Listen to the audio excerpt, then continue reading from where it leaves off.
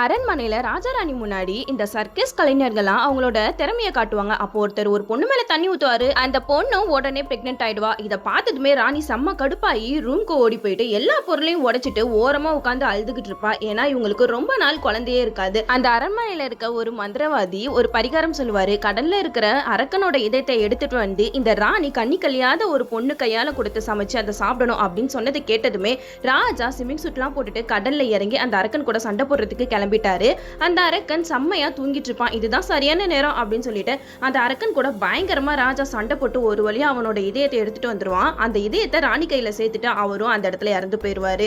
கன்னிக்கலையா பொண்ணு கையில கொடுத்து இந்த இதயத்தை சமைக்க சொல்றாங்க. அப்போ அந்த இதயத்தை சமைக்கும் போது அதுல இருந்து வர புகைப்பட்டு அந்த பொண்ணும் பிரெக்னென்ட் ஆயிடுவா. இந்த ராணியும் இந்த அரக்கனோட இதயத்தை சாப்பிட்டு அவங்களுக்கும் குழந்தை பிறக்கும். ரெண்டு பேருக்குமே ஒரே நேரத்துல குழந்தை பிறக்கும். ரெண்டு பேரோட குழந்தையும் ஒரே மாதிரி தான் இருப்பாங்க. இவங்க ரெண்டு பேரும் ஒரே இடத்துல தான் வளருவாங்க.